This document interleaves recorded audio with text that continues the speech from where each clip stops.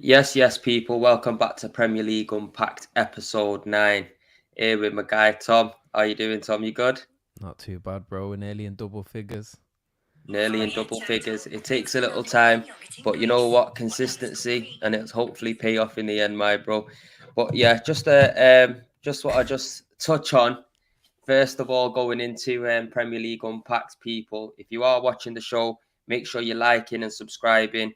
Go and check Tom out on Instagram as well. Make sure you're following him, people, because there's going to be more good content to come out on Tom's page as well. He's yet to start posting on his Instagram, but we've had that chat, and some stuff's coming soon. So make sure you go and show Tom some support, people. Yeah. So, Tom, going into it, Liverpool and Man City, there's no other place to start. Obviously, I've not heard from you for a few days, obviously, in the cave Went hiding. quiet.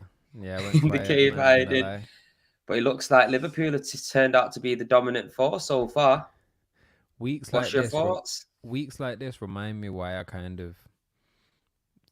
I wouldn't say I never stopped watching football, but you know yourself in it. When I was Mm, younger, I was probably more similar to yourself, like getting to away games, not missing a match. I'm watching it. If I can't watch it, I'm listening to the whole thing on the radio. I'm always, you know what I mean. And then at some point over the years, I kind of wasn't as like zealous every game kind of fan. mm. And this season, I've been obviously loving and enjoying the football, and these Premier League Unpacked episodes are kind of really got me back focused on footy again. But this week reminded me a little bit of why sometimes I've stepped back a little bit from the footy because it's exhausting, bro. Like a week like this, them 3 games, Liverpool, Atletico, and then Liverpool again. It was a lot, bro. It's been a lot. Do you know what I mean? None of the games went smoothly, or not smoothly in a way of 45 minutes in you can relax, Yeah, which is a privilege thing for City. Anyway, I know that most fans never can relax at 45 minutes. Do you know what I mean? But as a City fan, half of the games in the season, sometimes you get about 30 minutes in, and it's like, right, this game's won, 3-0 up, dominating. Like you can kind of relax and just enjoy the football. None of the games this week have been like that. Do you know what I mean? yeah, Um, and obviously, um, I think by the end of the Atletico game, I was feeling semi-positive about the week, but I still felt like whatever happened with Liverpool on the weekend was going to determine how I felt about the week, because we should have beat them in that Premier League game at home. We didn't mm, miss the opportunity there. And I think I said to you at the time, we didn't just miss an opportunity to step ahead in the league, but we missed an opportunity psychologically to um, assert ourselves on Liverpool, knowing that we were yeah. going to be playing them a week later, and knowing there's a good chance we might be meeting them in Paris in a month's time in the Champions League final. So I kind of, that was already in the back of my mind after that draw in the Premier League. Like, is that gonna come back to haunt us later on in the Yeah. week? And sure enough, it did. Yeah, and it's kind of left me with a bit of a downer on the week, to be honest with you. Not because the FA Cup means everything, because we've won that before, and you know, if the end of the season came and we won the Premier League and the Champions League, I wouldn't be losing sleep about not winning the FA Cup. But again, it's that same thing that I've said to you a few times about momentum. With this run in, and with it being so head to head with City and Liverpool, I really feel like those moments are gonna make a difference. Mm. They're gonna make a difference psychologically to how these two teams approach the run in, and who feels like the momentum is with them, and who starts to maybe feel like some doubt creeping in. They've definitely got momentum, Liverpool, because they've just scored against United. So they're within the first 5 minutes. So Luis Diaz is popped it in 1-0. So it looks like the momentum's with Liverpool. And I think the greatest thing about Liverpool that we could say now that we couldn't say maybe a season or two ago is the squad depth that they've got. Now they've got Mm-hmm. players that they can bring off the bench, and it's not just average old players or old players like Milner's, Henderson's. They've got good Yeah. players, navigators. They've got, sometimes you're bringing in Amani off the bench and starting Luis Diaz, you're bringing in Kanate. You've got good players there in and around Liverpool. So I think with City, I was a firm believer in City. I still think the title would be City's. After seeing the FA Cup, though, the head-to-head between City and Liverpool, I gotta say I was very impressed by Liverpool. I don't think really City could live up to him, to be honest with you. And I think it was a little bit too little too late with Man City. And I think Pep made a few decisions in that game with starting a few players that I think he shouldn't have. I don't know where you stand with that. What do you think? Do you think he went right with the decision, or to play like a Fernandinho and stuff like that? And that goalkeeper, that Zach, he made that absolute fuck up. I'm never gonna knock him playing Fernandinho, because Yeah. I knocked him for not playing Fernandinho in the Champions League final last year, and a lot of City fans went into that game feeling confident, and when we didn't see Fernandinho on the team sheet, started to feel unsure. And when the game played out how it did, a lot of us felt like that game would have been different if Fernandinho was playing. Now, granted, he's 9 months older, 9 months closer to kind of retirement, but he's still put in performances this season, world-class performances, where you look at him and think, wow, this guy might still be top 3 defensive midfielders in the world on his day. Now, we can't do it every week, 90 minutes every week, but on his day, he's still phenomenal. So I don't knock him, I don't knock him necessarily for that. The goalkeeper thing, he's had a bit of I think Arsenal kind of started that wave of like playing alternate goalkeepers or playing young youth team players in cups, and then if you progress through the cup, kind of owing it to them players to let them continue to have an opportunity. Yeah. That one's a bit more questionable, because there's such a gulf in class between Ederson and the second goalkeeper. And he's not a bad keeper, to be fair. I've seen him perform before and thought, as far as second keepers go, he's not that bad, but he's not Ederson, do you know what I mean? Yeah. And he's not the week in, week out goalkeeper that's kind of just already in that zone. He's having to come in to a game which is already kind of 90 minutes deep. Like, that's the thing. But do you not think, sorry to interrupt you, Tom, but do you not think on a mental level, for where both teams are at right now, if, say, for example, they've just drew at the Etihad, so it puts them on a level playing field, going for this FA Cup now, semi-final, do you not think it'll give one team the edge mentally than the other, to think, you know what, we've gone head-to-head on a neutral ground, gone into a final now, and they've got beat, and it looked like in that first half it was comprehensive. It wasn't like, I think the problem. I think maybe part of the problem is that last weekend, yes, Liverpool got the draw in the end, but for probably 70 minutes of that game, City played Liverpool off the park. First half, they, similar to what you're saying about the FA Cup game. First half, they couldn't really get close to us, and it was, it was our failing to put that game to bed that allowed them to even get back into it with a few moments of class. So I wonder a little bit whether the players or whether Pep kind of came out of that game feeling like, we're better than these. We'll do them. We figured them out last weekend. We'll do them next weekend. yeah, If they did think that, it was naive. And I'd like to think that Pep knows better. But it does seem a little bit like either that he underestimated the situation or that he undervalued the significance of it. But again, I know a lot of people have talked about, a couple of weeks ago, would it benefit City if they could just focus on the Champions League, if they weren't in cups, if they could just hone in on that singular goal. But I've always said that I feel like let's say if in a month's time or whenever it is, City come up against Liverpool in the Champions League final, and let's say at that point Liverpool have already got 2 trophies. God forbid they go into 2 trophies and the league, and City are fighting for the Champions League or fighting for the Champions Premier League. A situation where City go in more focused or with less games, or I just see Liverpool going into that with the bit between the teeth, saying this is our moment to make history. City all of a sudden are playing to salvage the season, are playing to not lose the Champions League, not miss another opportunity. And that seems like there's a lot of pressure on City right now. To be honest, if I was a City fan, I'd be feeling the heat, man. But that's why I said to you that this week's been challenging, bro. Because I said it before that last Liverpool game when we had the Liverpool fan on it, that I was struggling to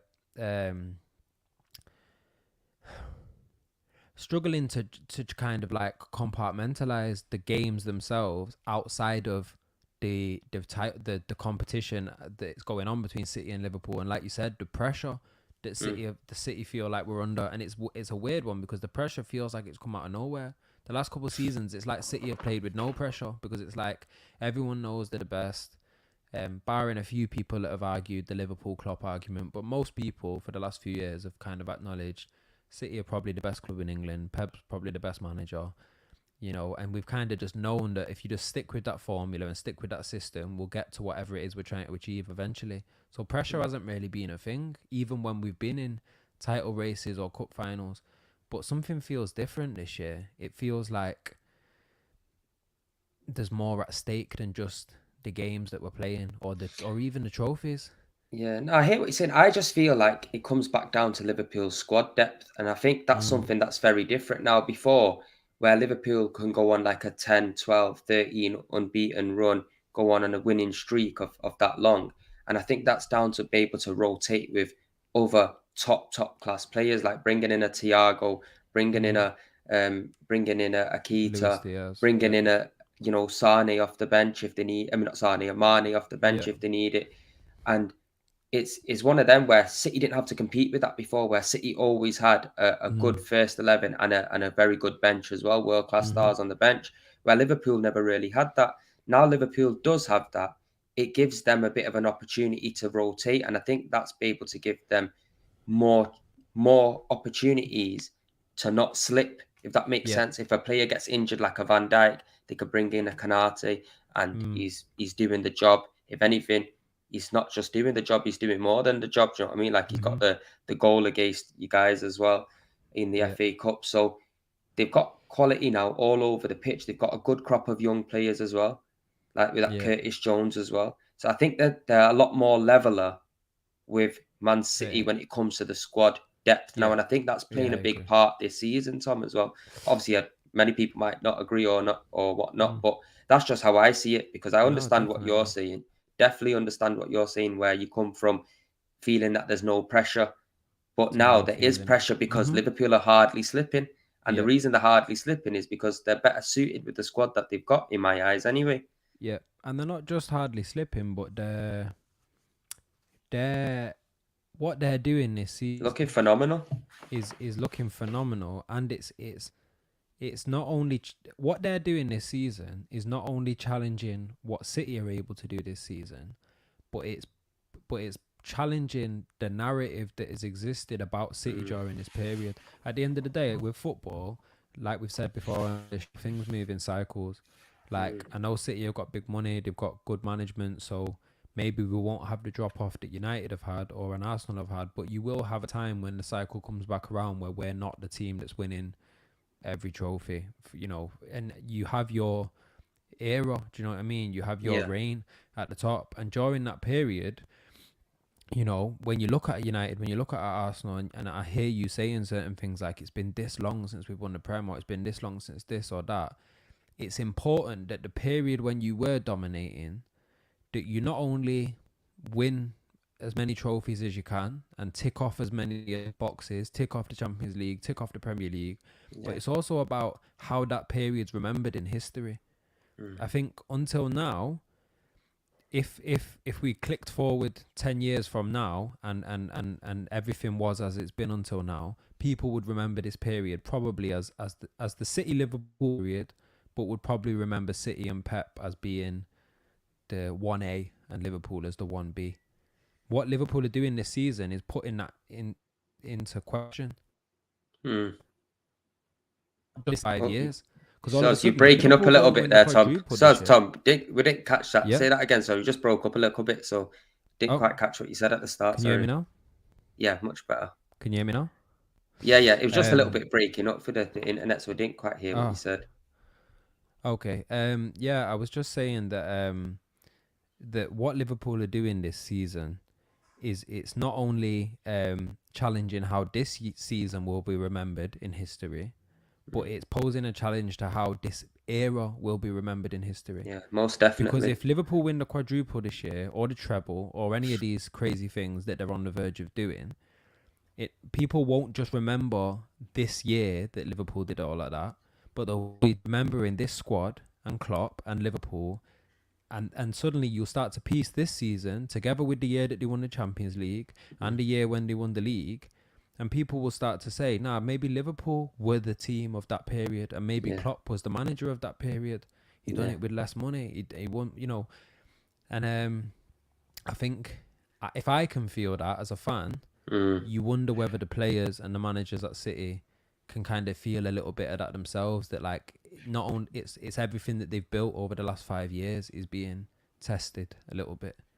No, that's a top Um, way of looking at it, Tom. Top way of looking at it, because I think you're 100% right, bro. I think if Liverpool do go on, because it's possible that they could win the quadruple, it's not impossible. They've already got one trophy. They're in the final of another trophy. And yeah, Chelsea are a good team, but obviously Liverpool and City are a different class at the moment. So they're mhm, more than likely going to win the FA Cup.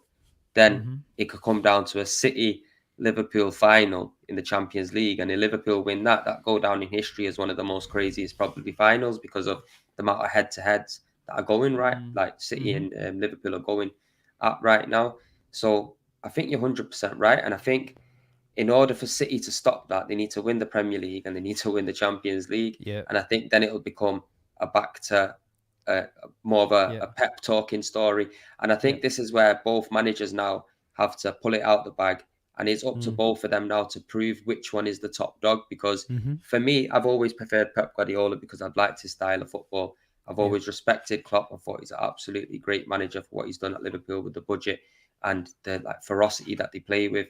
mhm. However, this is it now, and this is the last few seasons of where however long they're going to be here, and they have to make it count.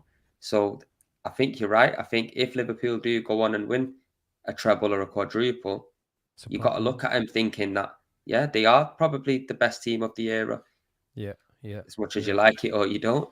No, it's real, and it would be particularly frustrating for me Mm, if that happened this year, because, and this is gonna sound salty, but I don't want it to sound salty because this is an outstanding Liverpool team, an outstanding Liverpool manager. I don't want it to sound like I'm saying that they're shit and they got lucky, because I'm not saying that. But even compared to other years when Liverpool haven't won the league or haven't won as many trophies, mm, there's been years in the past where I feel like Liverpool teams have performed in terms of week in, week out performance, in terms of blowing teams away, in terms of beating teams comprehensively and looking like the real deal. I don't actually feel like Liverpool have looked like that much this season. Let me take that Chelsea final, League Cup final, as a starting point. mm. I think Chelsea probably deserved to win that game. Liverpool Yeah, won it in the end, so you can't say that. But over the 120 minutes, Chelsea probably on the balance of play should have won. Do you know what I mean? And maybe with a more confident striker up front, and a slightly different rubber to green, they would have won that game, but they didn't. And fair play to Liverpool, they won that game.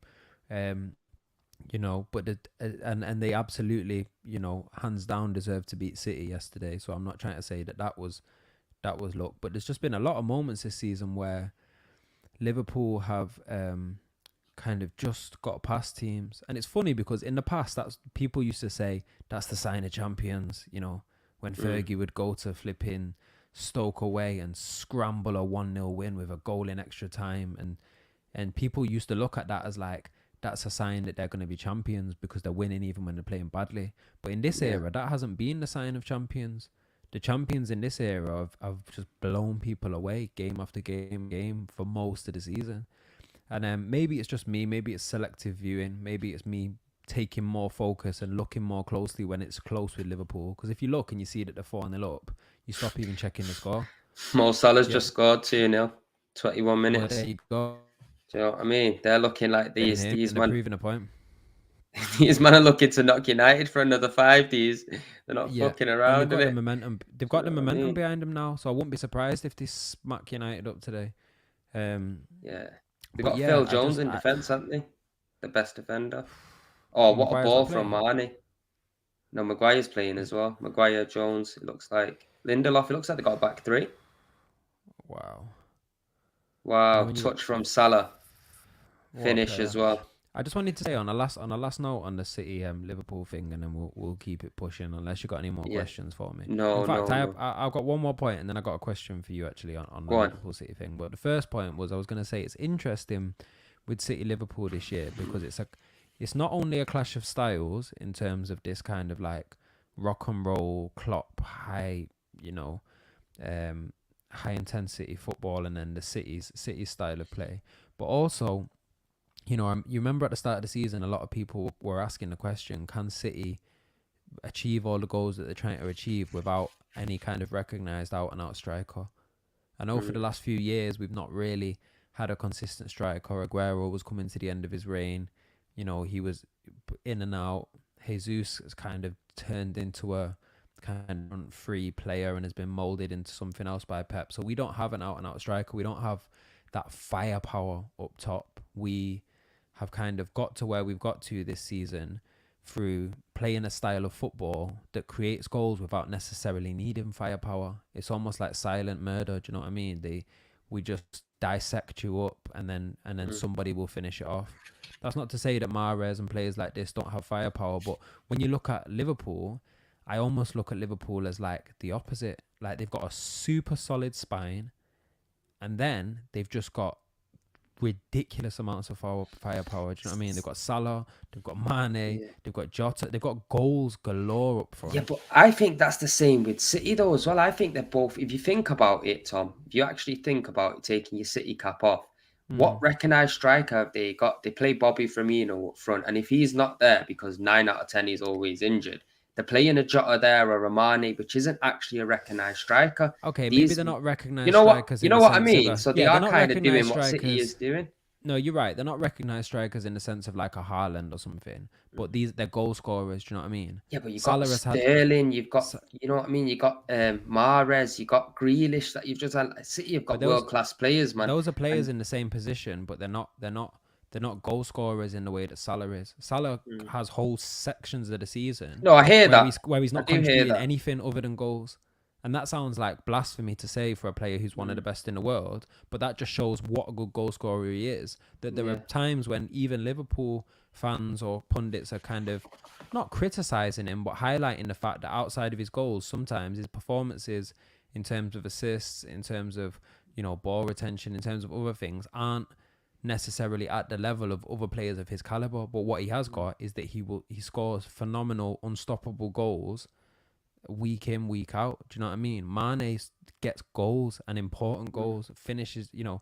City's a bit more shared around the team. You're more like saying it's flipping, you know, 14 goals coming from over here. Sterling getting goals, Foden getting goals, Mahrez getting goals. Like it's all spread out a little bit. And it means, but to be fair though, they that's where they must have.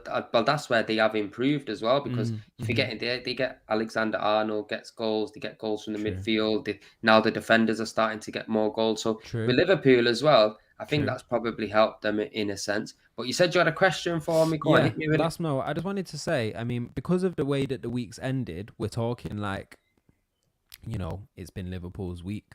But on the balance of how the week went, I don't know if we've got an image of the top of the table. Should have a look at the table. But you know, in the Premier League, we've got 7 games left. Is it 7 games? Is it 8 games? 7 games. Yeah, left. 7 games. You've got 7 games left, and we're a point ahead in the league. You know, we're both still in the Champions League. Both got through our quarterfinal in the Champions League, I should say.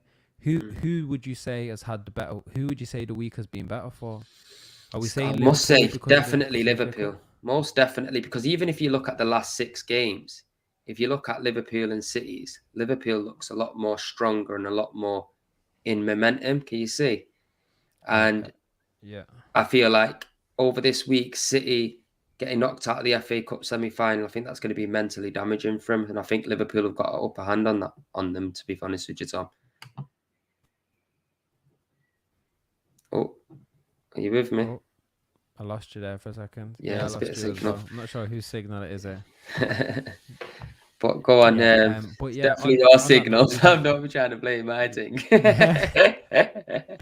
Well, we can keep it pushing forward now. Maybe that's the the internet gods trying to get us off the City Liverpool conversation. But I guess it will still be, it's still to be seen, isn't it? If City go on to win the Premier League, then we might look back at this week differently. Do you know what I mean? If we go on to win the Premier and the Champions League, we'll look back and this week won't seem like how it seems now. But in this moment, I'd agree with you. It definitely feels like as a Liverpool You've got to wait fan, till the end of the season and see how it pans out. And if City end up winning the Premier League and the Champions League, and Liverpool end up winning the FA Cup and the Carabao Cup, then clearly you see who's had the better season. But Liverpool are looking dangerous, looking frightening. I think the momentum's in their favour, and I'm getting a bit of a swing. I was comfortably thinking City are going to win the league and win the Champions League. Now I'm not quite so sure, to be honest. But what I wanted to touch on moving on next is Thomas Tuchel, Tom, and this would tie nicely into what we were speaking about with Klopp and Pep, because I think he's an outstanding manager, and I think, he has had money to spend at Chelsea, and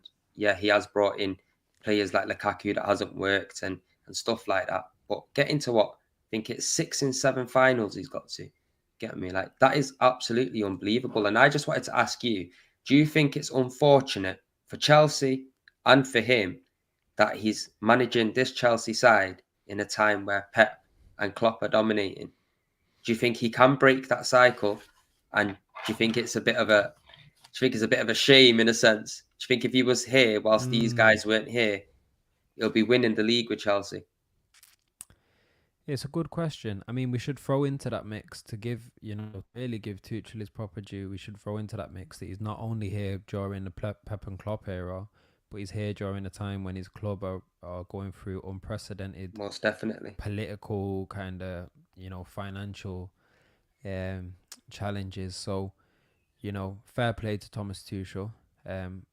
I don't like him personally as a person. There's something about him that just grates against me. But you can't deny what he's done. Do you know what I mean? You can't deny what he's done in big games. I think it's saying something like you said about finals and that being kind of the measure of his success, because in the league, there's not. There was a little bit of a moment at the start of the season when everyone was getting excited when Lukaku was on fire, but I think really in the league he's never looked like he was really competing at the level that Liverpool and City have week in, week out.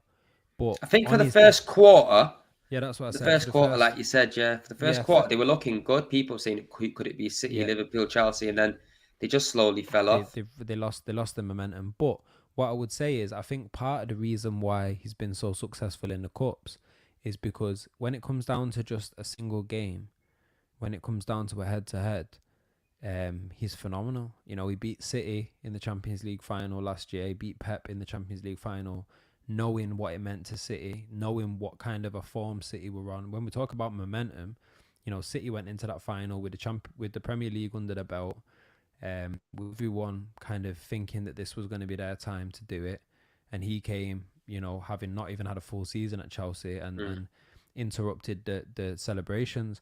That game against Klopp in the Carling Cup, again, they didn't win that game, but I think head to head on that day, he arguably, he didn't come out on top because Liverpool won, but again, he put out a phenomenal display in that kind of head to head situation, and I think that says something about not only his quality as a manager across the season, but specifically his ability to prepare and strategize for the big games, and to get his team in a mentality and in a strategic and psychological position to beat anybody. When he first came in, I was kind of a bit like, should Frank Lampard be getting more kind respect of respect for how he contributed to the season they had last year? I think, or was that last? Yeah, it was last year. That wasn't it. Is this only Tuchel's second season? No, I think this is coming into a second season now, and full season, and so because he got some of those. Go on. I think he started it. Lampard got sacked, and then obviously he took over from there, and then he obviously got to the Champions League, won the Champions League, and then now he brought in Lukaku at the start of the season. It was going all right. My man fell off. And to be fair, he's there in the FA Cup final now again. And this is what I was saying, like with Klopp and Pep being in the league and such ferocious managers, I feel like he's a bit unfortunate in a sense. Oh, almost 3-0 there. But Yeah, you're right. I think because I think he's actually a good manager, Tom, and I think some people give him respect, but I think because City and like I said, it's City and Liverpool are just firing right now. Feels like that he doesn't really get that much props, but winning that Champions League with the Chelsea side against, like you say, the best team in England over the years within City, that's a massive achievement in itself, Massive, really. And see massive. with the politics that's going on, like you said, in order to keep everything together, keep his cool, answer the questions properly, still keep the team motivated with them not knowing what's going on with the club. It just shows you what kind of character he's got as well. And Definitely. I feel like Thomas Tuchel, hats off to, and I just wanted to give him a little bit of praise as well because Mm. it takes a top manager to do something like that in my eyes. Yeah, he's got a budget. Yeah, he's already got good players, but we've seen it before. Top managers at top teams with top players and it not Mm-hmm. work out. You know what I Well, mean? well, I was just gonna say on that point, I think it's even more credit to him that he fell short of winning the Champions League at PSG. And some people kind of say that him leaving PSG might have been tied in with his his failure to win the Champions League. And for some managers, those nearly moments, those falling short of just when you're just at the line of you know achieving whatever it is that you've set out to achieve, or the club set out to achieve, or whatever it is that people are kind of measuring you by, they can be a bit of a nail in the coffin. Not that it was ever going to make him, end his managerial career, but there are other managers that are less mentally strong than him that would have fallen back in the Champions League in the way he did with PSG, and been knocked back by that, had their confidence knocked, or the confidence of players in their abilities knocked. Started to bring into question whether they can win it. So for him to bounce back, join a new club midway through the season and win the Champions League at the first time of asking, for me speaks to his mentality as well. Do you know what I mean? Speaks to his ability to put that aside. And you got to ask, do PSG now, Pochettino, are they looking at Tuchel at Chelsea and thinking we should have done more to keep him? We should have been more patient. Would we have won a Champions League by now if we'd kept him over there? And I that's a feel like question they for you. do. But I think like with Tuchel, he's one of them guys that's definitely going to clash with. If he doesn't want something, he's not going to have it. Where these PSGs, they'll just go and sign a Messi, or they'll sign whoever they want really. And I think they'll probably do that without the manager say so. I think he'll have a True. slight input, but they'll just give him players and say, "Right, you deal with them in it." And I think, oh, here's United on the attack. No, fucked it, they did. But yeah, so obviously, Tom, just moving on from Thomas Tuchel, talking about United here, they're playing against Liverpool, yeah, and allegedly Ten Hag's almost appointed as their new manager. Now, I want to know from you, obviously, if you know much about Ten Hag at all, first of all, and if you do know much about Ten Hag, are you scared as a City fan that he's going to be taking over United and potentially building something there? I'm not going to pretend to know the most about Ten Hag. I love the way that happens. Every time like a new manager or a new player like comes into the mix, all of a sudden everyone's like, oh yeah, I've been watching him since he was at Leipzig back in 2012. Like all of a sudden everyone becomes an expert. I don't watch the Dutch league. And I haven't really had the chance to observe him and understand who he is. I know what I've heard about him. I think the Ajax name, the Ajax model, and the Ajax philosophy carries a certain weight, and that is one thing I would maybe be wondering or questioning is are people buying into not just Ten Hag himself, the individual, but the idea of Dutch managers, the idea of Ajax style managers, this kind of nostalgia that a lot of us have from our generation and before that, of this idea that kind of Dutch managers and the Ajax system is, youth driven and kind of names like Cruyff start appearing in your mind. But, at the end of the day, that doesn't speak to anything about who what Well, resources and capacities he has to deal with the situation, the shitstorm that he'll be going into at United. I Yeah, read somewhere, I might be misquoted on this, but I think he worked for a while as Pep's understudy at Barcelona or at yeah, Bayern. At yeah. one of those two. I might be wrong. Well, he A lot worked of at Bayern. I think he worked at Bayern was it at too, didn't Bayern? he? But I'm So not maybe it was 100% there. sure. I don't really know that much about him. I've done a little bit of Mm, digging on him, and yeah. obviously there's a few bits and bobs that I've seen. Obviously, I know that he's like a possession-based manager, and that's just from watching Ajax in the Champions League. You get me? Mm, But he's been there for like 4 years now. He's won 2 cups, 2 leagues, and 2 domestic cups. He's won 4 trophies.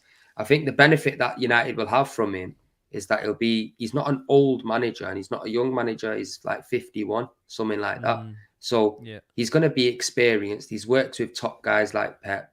He's going to have some knowledge. He has actually managed a club in Ajax itself for 4 years, which is one of the top clubs in its country, and it's Mm, competing in the Champions League nearly every season anyway. So it just depends on what his ideas are and how he can adapt these players to his tactics and his style of play. Because, like I said, he's a possession-based manager, and are a lot of these United players here good enough in possession? Have they got that in the locker? Nah, serious, you don't really know in it. And if you can't teach it them or they can't get grasp with them, I yeah. think a lot of this United team's going to be gone. To be honest with you, because they're looking dead in the water. United. Yeah, well, there's already talk about him. You don't know how much of this is just the press like wanting to kick him Mm, while he's down, but there's already talk of him taking the captaincy, trying to go out and buy another centre back. There was talk of him trying to buy Rudiger. I don't know mm, why Rudiger would leave Chelsea to go there. That was one of them weird stories that emerged over the weekend. But I mean, you think about. I was about to say, having just spoke about Thomas Tuchel and the kind of mental fortitude that he has and the strength and the um, kind of certainty as a manager to not be undermined by players and undermined by club systems. At what United needed more than someone that comes without that level of clout like a Ten Hag. But then mm. we've seen at United before when a manager's come in with that kind of Tuchel-esque kind of approach. I think Tuchel in some ways is cut from the Mourinho mold. Yeah, He'll do mad stuff like just cuss out his players in the press conference, or he's not he's a bit of a disruptor in that regard, isn't he? And we've seen how that didn't work at United either because of mm, the power and the influence that the player that the kind of this cohort of players and the culture of players has. And yeah. these players really look like they are at United. They're on a different type of time. They look like they would almost willingly sabotage the season to get rid of a manager. It almost looked like at the end with Ollie that they were. I would never say they were throwing games, but it looked like they were almost consciously taking their foot off the pedal to try and Get instigate him the chop. and initiate what they wanted. And we've seen the same thing a little bit with Mourinho. Those players got rid of Mourinho at United. Mm, Um, so maybe you're right. Maybe they do need a kind of an in-between manager, a manager that's got more experience than Ollie and Ragnarok and more and more a little bit more weight to his name, but that's maybe able to come in and not upset the balance of egos too much in the club yeah. either. Because he's going to come with a lot of expectation because everyone's saying that he's a top manager. You know, the media down here, as soon as somebody's linked with a big club, obviously they're the best thing ever. So he's going to have a lot of pressure on him. But I think United are going to give this guy some time. I think they'll give him 2-3 years and actually let him build the squad. And I think they will be patient with him like they did with Ollie, because I think he's got more behind him. He's got a lot more to him than Ollie did. And I think Mm. United are one of them clubs like an Arsenal that don't just like sacking managers, really. Obviously, I know they've gone through a few, but if they had it their own way, I don't think they would just sack managers left, right, and No, centre. They've never been that kind of club. So it costs money to sack managers as well. it costs money, and you know what? It just causes disruption as well. However, Mm. if a man needs to be sacked like the way Arsenal's going on right about now, you need to sack, Yeah. man. You get me? Because obviously, pushing on from United just for a second, I don't know if you've been keeping up to date with what's going on with my team, Well, fuck me, mate. Back in the mud, bro. Had a few little weeks of a bit of joy back in the mud. But I told everyone to keep the feet on the ground when it comes to Arsenal. But yeah, we'll get back onto that next topic. Well, I'll tell you, can I just ask you to bring those two together? If Arteta was gone tomorrow, and it was announced that Arsenal were going to be getting Ten Hag, how would you be feeling? I'll be honest with you, Tom. I wouldn't be happy because that's not the manager that I would go for. Obviously, I'm not saying that it'd be a bad option and I wouldn't take him and this, that, and the other, but I just want a winner. I want somebody who's been there, done it, seen it, won the t-shirt. And I'm not talking about somebody who's done it in the Europa League or Championship or anything like that. I'm talking about like a top guy. For example, people don't like the way he plays football, but Simeone, he's a guy who will come in and disrupt shit. Do you know what I mean? Mm-hmm. Obviously, I really wanted Conte. That's who I actually wanted. And even now, man's still hating on Tottenham because they've got him. Yeah, do you know what I'm saying? For you. Imagine the manager that you want goes to your rival. Bro, when it's you kicking the dick. Been in contention. Yeah, that's a lot to deal with. Bro. But there's other managers out there that you can get. But like you said, is who's available right now. No big manager's going to leave their post and really just jump ship. Maybe a Roberto Mancini. That's somebody like that. In the comments, Milos has just said, why is no one going for Mancini? Yeah, I didn't even see that there. Yeah, exactly. Milos is on job. Mancini, what about Mancini? He could come in, somebody the players can look up to, respect, won the Premier League, he's done it before. Yeah. Why not him? But, Arsenal, we just want to give everybody time. Fucking these man will give Arteta another 15 years by the looks of it, bro. And if he doesn't get this top four, like I've said many times, he's just got to go, bro. We need a new manager in the summer and we need to build on what we've already got with some decent signings that we have got, like a Ramsdale, Tomiyasu. But at the moment, people are out of our team. Key players like Partey, Tomiyasu, Tierney, it all comes back down to the manager because he didn't buy fucking nobody inside January, and that's on him. You get me? Obviously, I made a preview to the Chelsea-Arsenal game earlier on, people. So if you're watching this and you haven't watched that, log on to that and have a watch on that. And that's a bit more in-depth on my thoughts around Arsenal situation over the last 3 games. But yeah, man, Tom, it's just been stressful, man. I'm just happy I didn't get to go to none of the games because I've been grafting down here because obviously Deep's on holiday or whatnot. So man's happy, bro. I would have been fucking in yo, bro. Bro, literally dodged 3 bullets, bro. Not one, dodged 3 bullets. You get me? I'm telling you. So next time, what an implosion! What an embarrassment, bro. I mean, I was feeling like if Arsenal had got 3-4 points from them 3 games, it would have been an implosion because of 0 points, bro. 3 losses back to back. What did I say to you on Premier League Unpacked, Tom? What did I say to you? You said these 3 games are going to decide what happens this season and they're the most important 3 games of the season. And what did Arsenal do? Went and lost all 3 of them. When I got shagged in every single one, bro. That's exactly what happened, man. And the reason why I said before about it being expensive to sack managers and why I think that's particularly relevant for Arsenal and United, and I don't want to trigger you because I mean we've been down this rabbit hole before, but I think when you look at the ownership structure at United and Arsenal, and when you look at owners who are running clubs as investments and as businesses, you got to remember, like, for us just down here on, in our little world, imagine a little business that you set up on the side, or a little passive income, some money to be invested in something, and in your head you're literally thinking of that as like, yo, that's currently on X amount of money, and I want it to make me this much a year, and I want it to get to this number. And, let's say you've invested in flipping a taxi firm or something, and you're not passionate about taxis, and you don't care about the quality of the taxis. If you're not that way inclined, I've invested 10% in this taxi company because I want to make this much money back, and I've run the numbers. And why are you bringing up taxi companies? No. Because I was trying to think of an example of something that you might not be personally passionate about. And for us as football fans, it's hard to imagine anyone buying a football club, never mind a football club like Arsenal, not caring. No, it's a joke, Tom. You're right. It's hard for us to believe that. But if you are really just a businessman that is trying to, whose main, for Kroenke, how he assesses whether this has been a successful season or not might not be nothing to do with trophies.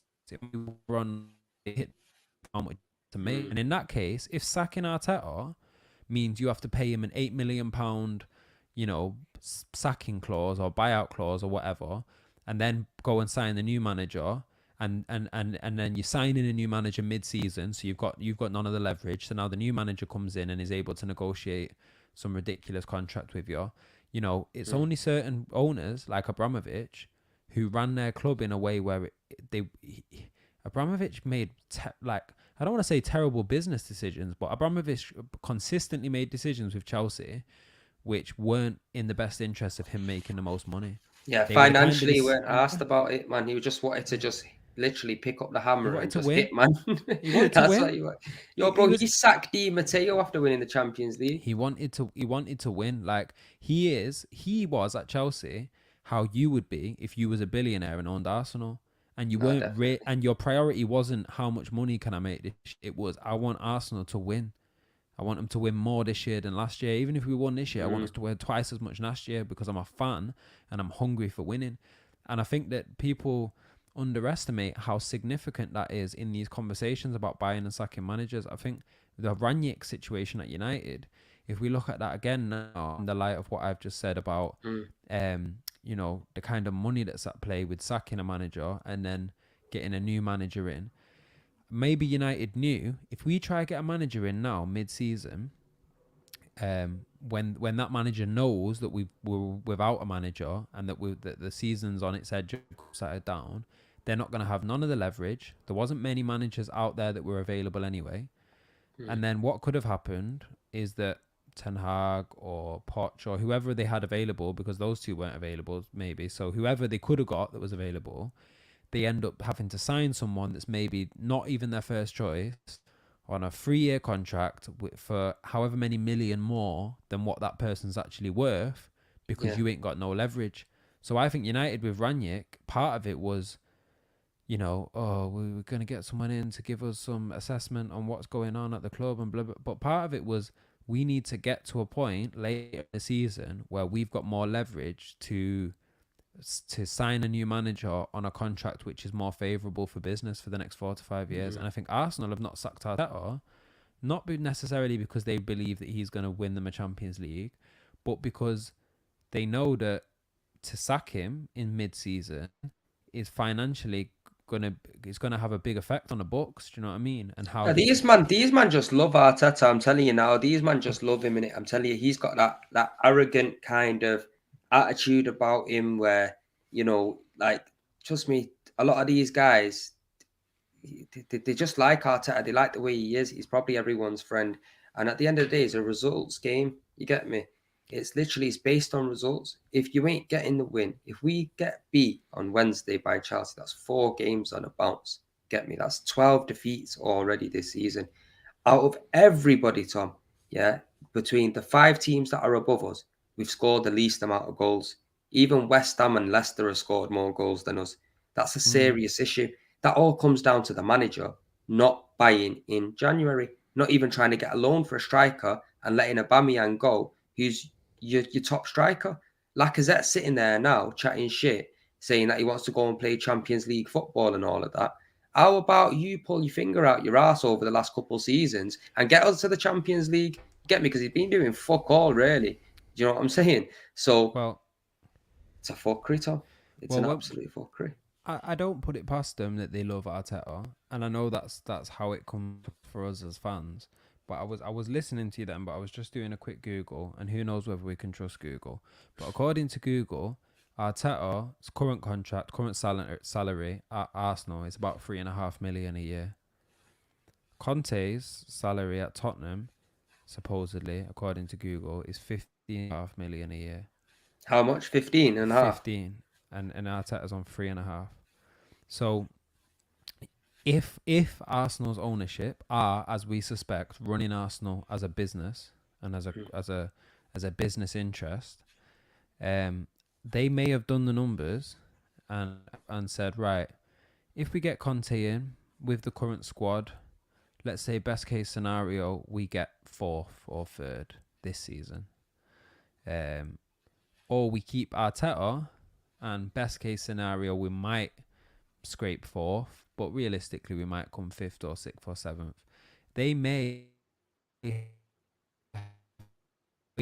and their kind of bottom line of Arsenal coming fourth or fifth and sixth, and weighed that against having to not only pay off Arteta for sacking him, paying him however many million to finish out his contract, but then paying 15 million on top of that to sign Conte. Now, it's a weird one because you might say, well, they spend 70 million on players that are, you know, nowhere near as worth as much as a 15 million pound manager, but players hold more value in the market. Managers don't get purchased, the players do. So I think they're not seen as an asset in the same way. Do you know what I mean? And No, I really do wonder whether at Arsenal, now the more I think about it, have they chosen Arteta specifically because, one, like you say, maybe they like him, they like the fact that he's a pushover for them, that he'll do as they say, but also because they've said, right, as a manager with zero experience, who's young, early on in his career, who didn't even earn that much as a player. Of course, he earned a lot relative to us, but compared to other players, he wasn't the top earning footballer at the top club. You know, so he's not already in a financial bracket like a Gerrard or someone where there's an expectation and a leverage, again, to use that word. I wonder whether they've picked an Arteta because they've said, here's a manager that can do just about well enough that we can kind of avoid riots amongst the fans and avoid, you know, major financial implications of us getting relegated or something. But more importantly, he's so inexperienced and so low value that we can get him on the cheap. On this cheap. Like, I'd like to see how many. Bro, that's their first thought, Tom. All Arsenal ever do for the last 20 years or since these bastards have come in, is just literally fucked us. And that's all they've been doing financially. They've been taking money out of the club. They've not been buying players when we need to buy players. They're giving us the odd name here and there, like a Ozil, Aubameyang, a Sanchez, for fans to get happy and jump on board. But the bottom line of it is, they might as well just get a baseball bat and just start licking every fan because that's what they're doing. I'm telling you, Tom, they're literally just beating us mentally because we love our team. We're always going to support our team and we're always going to try to have that little bit of belief. But these men are just chopping the belief up and dashing the belief in the bin. Like, against Chelsea, realistically, I ain't got no belief that we're going to win the game after seeing 3 performances like that. Are you mad? There's no versatility. Do you know what I mean? Or adaptability to the game that Arteta obsesses. And I just don't know, you know what, I'm just let down. I let myself down because I let myself believe that, you know what, it's possible to get this top 4. Because, I'm one of them fans. You go to the game, you get happy when you win, and so you should. I leave Arteta, my thoughts on Arteta and players outside the ground, come in and support my team. Simple as that. But fuck me, man. I shouldn't have like got my hopes up a little bit. I should have just still, obviously, I told everyone, keep your feet on the ground, wait till the last 5 games. I've said that. In my head, in the back of my mind, it's always been like that. But slowly, I was believing. Slowly, I was thinking, right, we could get to them 5 games and we might be in a good position to actually clinch that 4th spot. But yeah, man, this is what Arsenal is. You got Brighton coming to North London, smacking up Tottenham and Arsenal, and saying North London is ours. It's a madness. Swear down, that's what they posted. Did you not see it? I mean, fair play to Brighton, but we've probably not got time to go into it today, but a question or a conversation I would like to have with you at some point, whether it's on Premier League Unpacked, whether it's on whether we do a special edition or something, is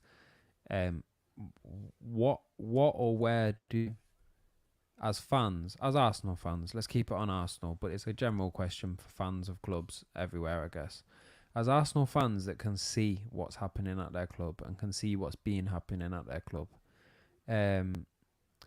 and who understand that without some major change or without something posing a challenge to the status quo at the club, things aren't going to get better, realistically, probably. You know, we can't see Arsenal going out and winning a league anytime soon without something at least posing a challenge to the people that are running that club, if not getting them out of here.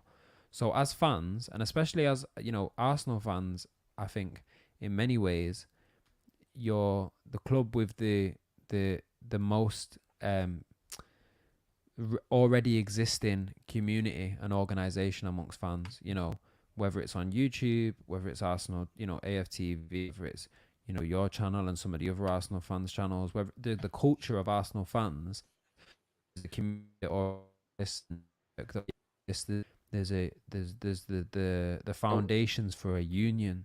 You know, if you know, when we think about unions in the workplace or whatever, and people being able to come together and force change from people higher up than them that have more money and more The only power. time that will happen with Arsenal fans is when we get if we ever got relegated, fam. Because see, Arsenal fans, everyone's got their own egos, and for people to come together, you got to put your egos aside, and regardless of what everybody thinks, everyone's got their own opinion. See me, I respect everyone's opinion unless it's fucking deluded and daft. But I respect everyone's opinion. That's your thoughts, and you can run with that. But the problem is there's too many people that don't think on the same page. Do you know what I mean? Right. Like Okay. when it was back in the day when Arsenal glory days and we were winning and shit was good, everyone's on the same page. But the problem is when you're seeing signs of progression slowly, and then people are thinking about the bigger picture, and then you're seeing heavy defeats and people are unsure on the manager and people are, you know, happy with the manager, then they're never really going to get you're never going to be on the same page, and you're not really going to get that connectivity between the fans to push a man out unless you get relegated, something like that. Do you know what I So you mean? don't. What's So you Earl don't. saying here? Yeah. Premsy Arteta needs to go if we don't get top four. This is his team, no excuses. No, 100% agree, bro. Like, this is what I've been saying from the get-go, man. Get rid of my man. So just on that last point, and shout out Sorry, to Tom. Earl, shout out to Crypto Nerd, shout out to all the people in the comments. You don't think that there's anything as fans that Arsenal fans can do to try and um force a change, whether that's Yeah, management, whether that's ownership. it's There's just no not go pressure to the that can be game in it, applied. really. That's it, innit? Like, you got to think about it. If there's empty seats there, people start thinking in it and start talking. When the empty seats start arising, and I'm talking about a lot of empty seats, I'm talking about more than half the stadium, then shit will change. Then, because at the end of the day, it affects the pocket. Because on match days, they're making mad money. Get me £6-7 on pies and shit. Mad thing. Do you know what I mean? And what do you think So, it would take to get to that point where there's half a stadium of empty seats? oh, Arsenal got Relegation, I'm talking about, is there anything that the fans can do? Is there anything that, got to you think it know, would have been done already by now, Tom. We ain't won the Premier League for like 15 years, bro. That's a madness. Like, I know, but do you not you feel know what I like, mean?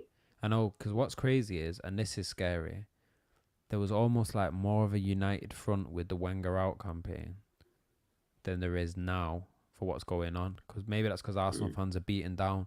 But the only thing I would say 15 years later is sometimes it takes, unfortunately, because of how much of the business is hidden behind the curtain, sometimes it takes 15 years for fans to really piece together what's happening and understand that,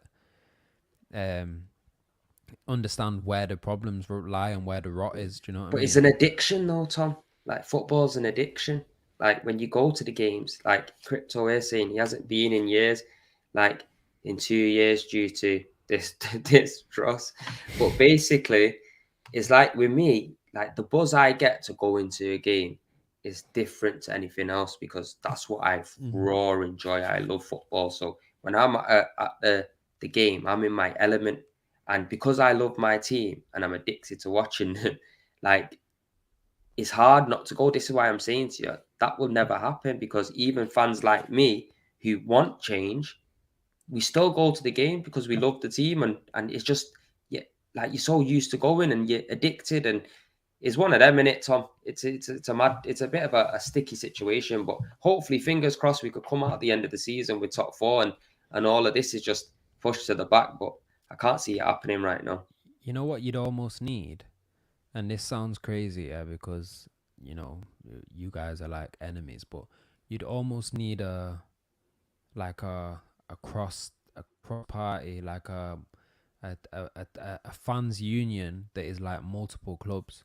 So like Mm, Arsenal fans, United fans, Chelsea fans, a couple of fans of big clubs that are not happy with their situation, coming together and forming some kind of movement or some union, and then having, because imagine if Arsenal play United, and not only do X amount of Arsenal fans not turn up, but Arsenal and United fans,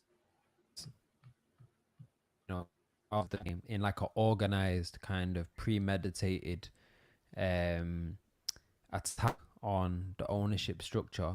I think that would be more frightening for the owners and for the people in power, because I think a lot of the time, a lot of these managers that are doing a lot of this stuff, they know that there's only ever so many teams that can be having a bad patch at the same time. Do you know what I mean?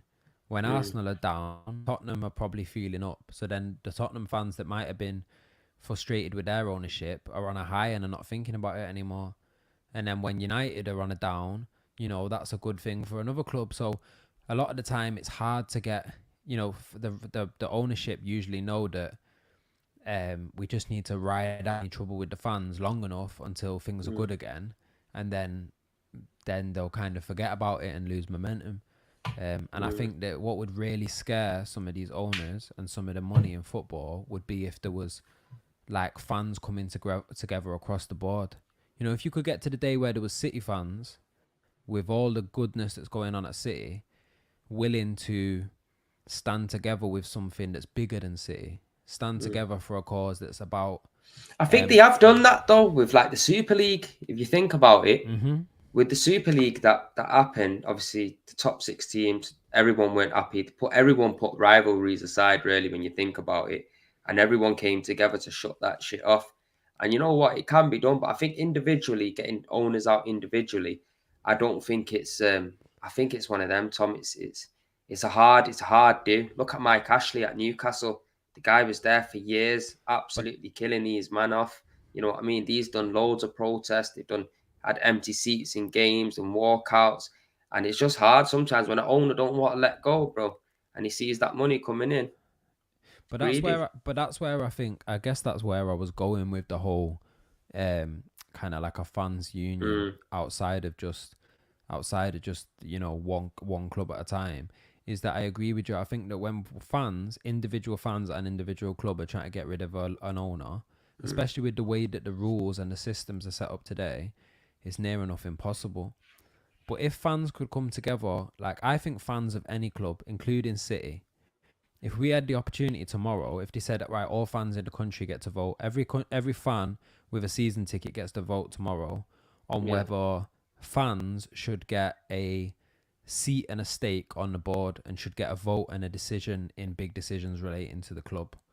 I think every fan at every club, near enough, or the majority of fans at every club would vote yes, we want to have a change in the structure and in the rules of how the Premier League and football is governed, so that fans get a voting right on the board at clubs and on major decisions, and so the owners and management at clubs can't make certain decisions without a certain level of backing from the fans. I think fans across the board would back a policy like that. So and then if you could get a policy like that through, if you could get a change that good idea that. If you could get a change that happens on a structural level, where this is a change that's happened that the Premier League have imposed because the Premier League have been put under pressure to do so and have been forced to do so, even if an individual owner doesn't care about some pissed off fans.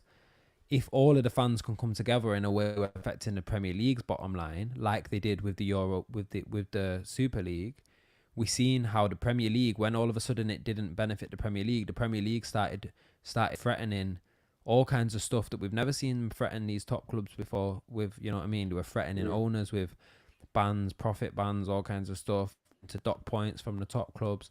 So I wonder whether actually, as fans, at some point, we need to get away from this selfishness of like, well, my club's doing well at the moment, so I'm happy, keep it as it is. And then your club that's not doing well is like, get the owner out, get money out of football, because they're not benefiting from it. And we need to try and find a common ground that all fans would benefit from, and then find a way to to unify as fans and move in mass so that. But then it might come to a case where, say, for example, if that was the case, people might hate on Man City to say, "Oh, they've got a rich owner. Let's gang up on them and get him out." Do you know what I mean? So it might. But I guess I'm saying. I'm not saying You know let's what I get mean? all the. Yeah, but I'm saying I'm not saying let's get all of the fans together to try and get an owner out. I'm saying, like I said, the example To just get on the board. You mean like to try and get a change. Are you breaking up, Tom? With fans in. Oh, you got me? Yeah, it's a bit keeps Yeah, freezing up me? every now and again. But yeah, I yeah, wonder got why you that's now. happening. It's because I'm talking. Might be just a signal. It is. It's because they know I'm Talking talking some realness. Too much realness for them. I think, like the example I gave you, if it was like, right, we're not bothered about getting rid of individual managers. Yeah. We're going to try and push for a new rule to be brought in where Premier League clubs across the board have to include fans as a certain percentage of votes on the board on these type of decisions. Yeah. I'm not saying that fans should get to vote on every transfer. Yeah. But there should be certain democratic processes that fans can go through where if enough fans are unhappy about something, if 80% of fans vote that we don't like this particular thing, they should be able to overturn it. They should get some kind of a say. And I think in that case, or at least sit down and hear them out properly. Yeah, well, yeah. But hearing out, that's all just like but I'm on about like procedures and like obviously you can't, because you got to think in this day and age, bro. You got hackers and all sorts. A lot of shit could be rigged in it. Like, I don't believe anybody in it. So this is just the way I am as a person in it. You know what I mean? Someone try to sell you something, you ain't trying to believe in them. You know what I mean? Of course. So it's one of them where. Yeah, when elections are being rigged, then you definitely, bro. And this is what I'm saying: when you start getting football and politics involved, it's a bad thing. But politics is already in football. And now it already is in football. Yeah, definitely now. You know, so I just think that as fans, I think it'd be too much. I think, in a sense, I think it might be with like just the organising of the votes and stuff. Like, who's gonna do that? Like, who's gonna actually? Do you know what I mean? I think there's ways I mean, obviously, I think with anything. Obviously, I'm just not clued up about it, so I don't really know how they would do it. Well, it's an idea that we've just fucking reeled off now in Premier League Unpacked on YouTube. So I'm not pretending to have all the answers, but I think it sounds good. I hear what you're saying. I know the direction you're going. Yeah. But I just think the way that shit is and the corruptness in this world, especially in this country, like it might be a thing where, say, for example, there might be other fans might vote against a specific thing that, like, say, a city owner has maybe done in a different country or which has a different law, and it doesn't like, mount up to the like laws down here, and then it gets taken in account and my man has to go. Do you know what I mean? Because the laws start loads of stuff will unraveling off it. Okay, let's I mean, and this is with any new system, where you're trying to imagine a new way of doing things. You have to start with the idea, and then we have to give ourselves the time to come together and try and figure it out. I'm not pretending that me, as one fan who's not even going to as many games anymore, is gonna have all the answers. But let's say to try and give it a little bit more flesh now in this conversation. Let's say that when it comes to voting, each club, the season ticket holders at each club, as part of your season ticket, one of the rights that you get with your season ticket is that there are certain processes whereby the season ticket holders can come together and can push forward like a motion. For example, let's say with Arsenal at the moment, City fans wouldn't be able to get involved in Arsenal business. It would only be for Arsenal fans and Arsenal season ticket holders. But let's say in theory that Arsenal season ticket holders are not happy with Kroenke and the way that they're running the wage structure. So they push forward that they want Kroenke to invest this much in transfers. Or United's an even better example. Gary Neville put together like some 5-point plan for how he wants the Glazers to change how they're acting to show that they're serious about United or to sell. And it was like pay off the debt that they've taken out against the club, build a new training ground, XYZ. If enough fans come together, and the season ticket holders come together and put forward that proposal, then the season ticket holders at United could get a vote on whether or not, this or that should go through.